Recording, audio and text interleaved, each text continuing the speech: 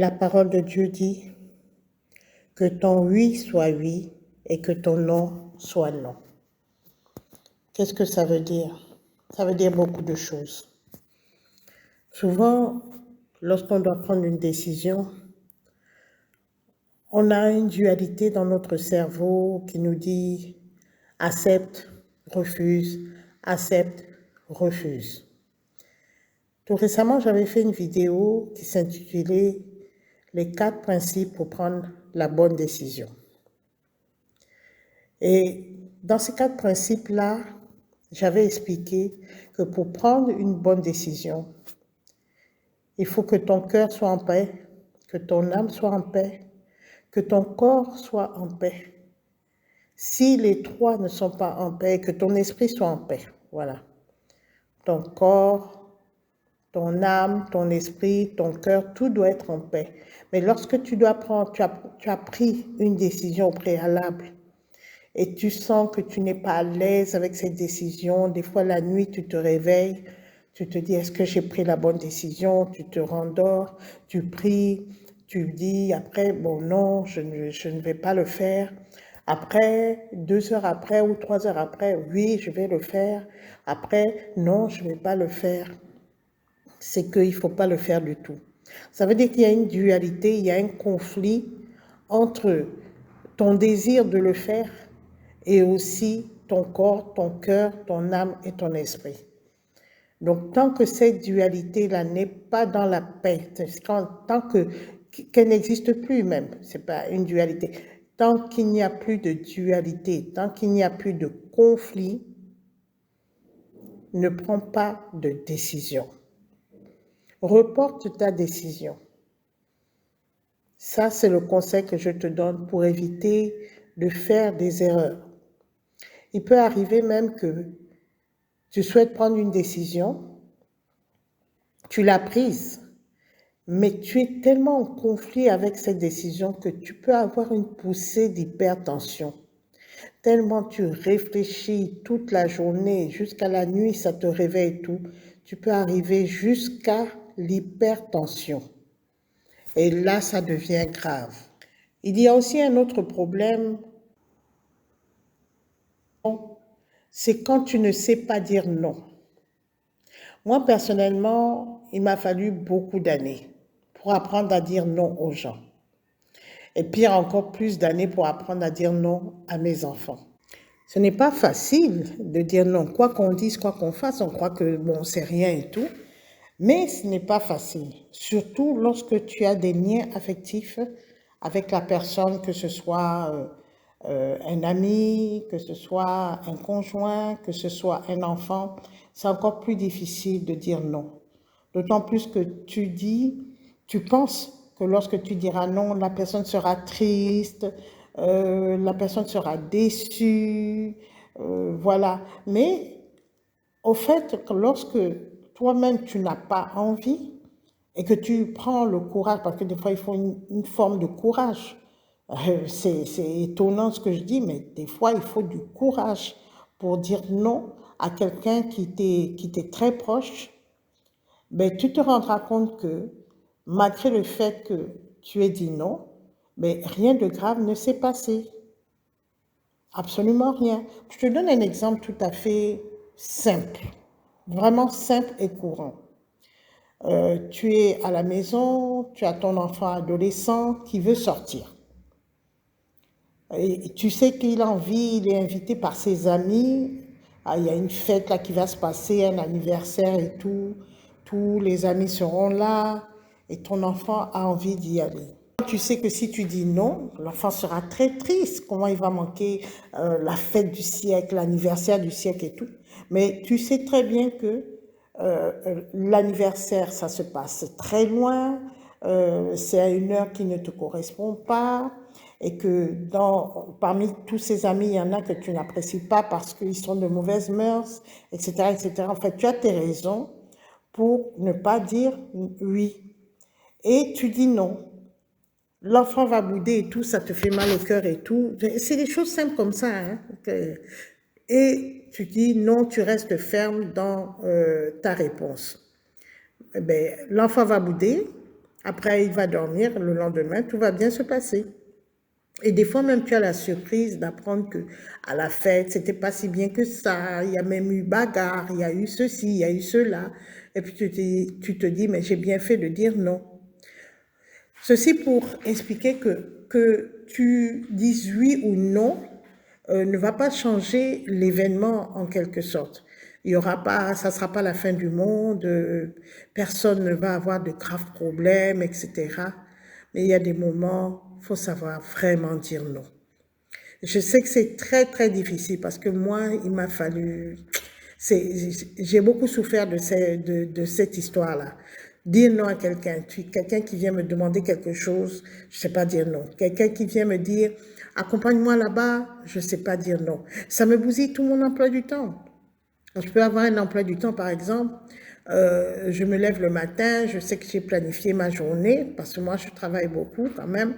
Je me suis dit, bon, aujourd'hui, je vais faire telle chose, etc., pour qu'en fin de journée, j'ai la satisfaction de voir que j'ai accompli tout ce que j'avais prévu. Et entre-temps, il y a une visite d'une amie, par exemple. Ah, voilà, il y a une amie qui souhaite vous voir. Je dis, bon, ok, moi, je suis contente de voir l'amie, hein. Je la reçois au bureau et tout. On bavarde, on bavarde. En fait, quand je reçois la personne, je me dis que la personne a quelque chose de ponctuel, de concret à me dire. Mais je me rends compte que non, la personne tue le temps, en fait. C'est ce qu'on dit. Elle n'a rien à faire de sa journée. Elle a peut-être trié parmi son lot d'amis qui elle va aller voir pour passer le temps. Parce qu'elle raconte n'importe quoi. Oui, ça va. Ouais, après, ça tombe dans le Congo. Ça, t'es pas au courant. Il y a eu ça, t'es pas au courant. Il y a eu ça, machin. Pour moi, ce sont des choses qui me font perdre du temps. J'ai vraiment une impression de perdre du temps. Mais je n'ai pas le courage de dire à la personne, bon, écoute, je travaille, on va se voir après, je t'appelle après, mais là, je travaille, s'il te plaît, ma journée est chargée, est-ce que tu peux me laisser travailler? Donc, je n'ai pas ce courage-là, je n'ai pas cette force de dire à la personne cela. Et pire encore, vous pouvez avoir des amis qui viennent vous voir et qui vous bavardez et tout, après dire, oh, mais est-ce que tu peux m'accompagner quelque part, on peut aller ensemble, etc. C'était pas dans ton planning de quitter ton travail en milieu de journée pour sortir de ton lieu de travail, aller quelque part pour accompagner ton ami, voir telle personne, ou etc. Ça, c'est son projet à elle, mais ce n'est pas ton projet. C'est sa planification à elle, mais ce n'est pas ta planification. Et les cas comme ça c'était avant, moi j'avais du mal à dire non, je t'accompagne pas parce que je travaille, vous voyez. Mais j'ai appris. Je me suis rendu compte que à partir d'un certain moment, je rentrais trop dans le planning des gens, à tel point que moi-même, je n'arrivais pas à organiser mes journées et je n'arrivais pas à organiser ma vie. Je prévois quelque chose, mais il y a toujours une tierce personne qui vient et j'abandonne ma planification pour rentrer dans sa planification à elle. Donc, c'est comme si je vivais la vie des autres, mais pas ma vie à moi. Ouais. Et ça peut aller même très loin. Quel exemple je peux encore vous donner? Il y a des gens qui, par exemple, ils ont mis de l'argent de côté pour construire une maison. Voilà. Ou pour finaliser la maison qu'ils ont construite, mais qui n'est pas encore finie. Et ils sont toujours locataires parce que cette maison n'est pas terminée. Donc, ils mettent l'argent de côté pendant un mois, 2 mois, 3 mois, 4 mois, etc., mais maintenant 2 ans. Et un beau matin, il y a un parent, par exemple, qui vient avec sa planification à lui pour dire oui, s'il te plaît, est-ce que tu peux pas m'aider? Je veux ouvrir un petit commerce, etc., etc. Voilà. Et il peut arriver que vous preniez l'argent que la personne prend l'argent qu'il a réservé pour terminer sa maison et donne aux parents. Et c'est comme ça que vous pouvez arriver pendant des années, vous ne finissez jamais vos propres projets parce que vous êtes là pour régler les projets des autres. C'est ça, ça peut arriver et ça arrive même fréquemment. Fréquemment, vous êtes toujours là comme un Zorro qui vient sauver les autres. Toujours les autres, ils ont des problèmes et il faut aller les sauver. En fait, au fur et à mesure que je parle, je me rends compte que le jour où j'ai arrêté de rentrer dans la planification des gens. Je vais vous raconter, j'avais une amie, j'ai une amie, c'est toujours mon amie. Vous savez, les amis, on se discute bien, correctement même. Mais quand on est amis pour la vie. Et elle a souvent des problèmes financiers. Voilà, j'arrive pas à payer mon loyer, je l'aide. J'arrive pas à ceci, je l'aide. La scolarité des enfants, j'ai pas pu payer, je l'aide. Bon, je vais parler à l'imparfait, je l'aidais. OK. Et je vous ai toujours dit qu'un jour, je me suis retrouvée en faillite dans mon lieu de travail et j'avais vraiment besoin d'argent. Donc, si je calculais tout ce que je lui avais donné, parce que c'était des prêts, c'était arrivé à peut-être quelque chose de 400 000 francs CFA, hein, que je prêtais par-ci, par-là, 400 000 francs CFA. Et donc, moi, j'avais besoin d'argent. Il y avait un moment, j'avais vraiment, vraiment besoin d'argent. Et donc, je l'ai appelé, je dis, est-ce que je peux te voir et tout, j'ai à te parler. Donc, je prends rendez-vous avec mon ami. Je dis, mais tu sais, moi, j'ai besoin d'argent. Enfin, puisque à l'époque, j'avais du mal à dire, rends-moi mon argent.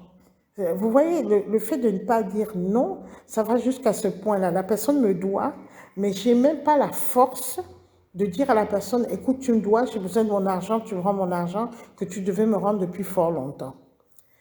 Donc, je reviens à mon histoire, j'ai vu la personne et je lui ai dit, bon, écoute, j'ai des problèmes d'argent et tout, voilà, je ne sais pas comment je peux faire, est-ce que tu peux m'aider et tout.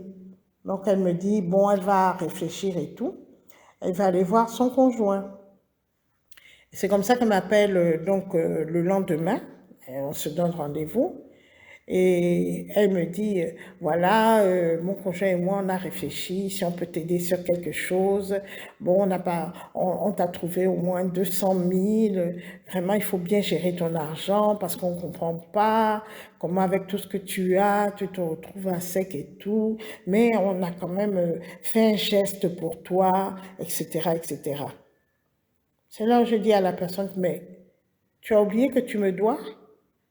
Elle dit, mais qu'est-ce que je te dois? Je dis, mais j'ai payé ça, j'ai payé ça, j'ai payé ça. C'était des prêts, rappelle-toi. Tu me dois de l'ordre de 400 000 francs. Tu as oublié? Et c'est là où elle s'est rappelée. Enfin, je ne pense pas qu'elle ait oublié. Je ne pense pas qu'elle ait oublié. C'est des choses qui ne s'oublient pas. Ah oui, mais excuse-moi. Bon, ah oui, c'est vrai, je te devais. Ah d'accord, bon, prends d'abord ça, etc., etc. Bon, on s'est séparés comme ça. J'ai pris l'argent en question parce que j'avais tellement besoin d'argent. Mais ça m'a quand même choquée. Parce que je me suis dit, mais attends, quand elle avait des problèmes, moi, je me suis sacrifiée pour elle parce que je ne suis pas millionnaire. À chaque fois, je donnais, je donnais. Maintenant, je lui dis que j'ai un problème. Elle fait comme si elle me fait de la charité. Elle fait comme si elle a pitié pour moi et elle ose me dire je n'ai qu'à bien gérer mon argent, etc. Alors qu'elle me doit. Et ça a été un choc pour moi. Je me suis dit, ben, c'est bien fait pour toi, Nadine. Ça t'apprendra à vouloir régler les problèmes de tout le monde. Et toi, lorsque tu as un problème, il n'y a personne. Voilà pourquoi je dis que dans la vie, il faut des fois, pas toujours, être égoïste. Égoïste dans quel sens? Égoïste dans le sens qu'il faut penser à toi. Est-ce que lorsque tu vas faire tel geste, par exemple, ou donner tel argent à quelqu'un, est-ce que ça va te nuire toi? Ou oui ou non? Pose-toi d'abord la question avant de demander si la personne en a vraiment, vraiment besoin. Est-ce que lorsque tu vas changer ta planification de la journée pour plaire à une tierce personne, est-ce que ça va te nuire toi? Ou alors, si tu refuses carrément, est-ce que la personne va tomber malade ou ça sera grave, le tonnerre va tomber sur la tête de la personne et tout? Pose-toi cette question-là. Parce que des fois, tu renonces à des choses pour toi-même, pour faire plaisir à un ami. L'ami, c'est même pas quelque chose de fondamental dans sa vie. Voilà. Pose-toi toujours cette question. Qu'est-ce que moi, ça m'enlève d'y aller? On peut t'inviter à une fête. Je crois que vous avez tous déjà connu ça. On vous invite à un mariage ou à une fête quelconque. Et vous avez dit oui à la personne sur le champ. Bon, vous n'avez pas réfléchi. Oui, d'accord, je viendrai.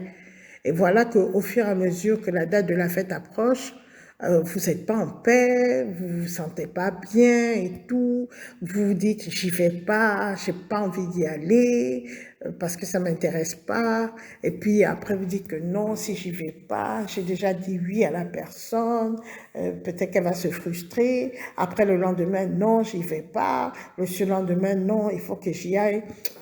Vraiment, demandez-vous si vous allez à la fête là. Qu'est-ce que ça vous apporte à vous? À vous d'abord. Qu'est-ce que ça vous apporte?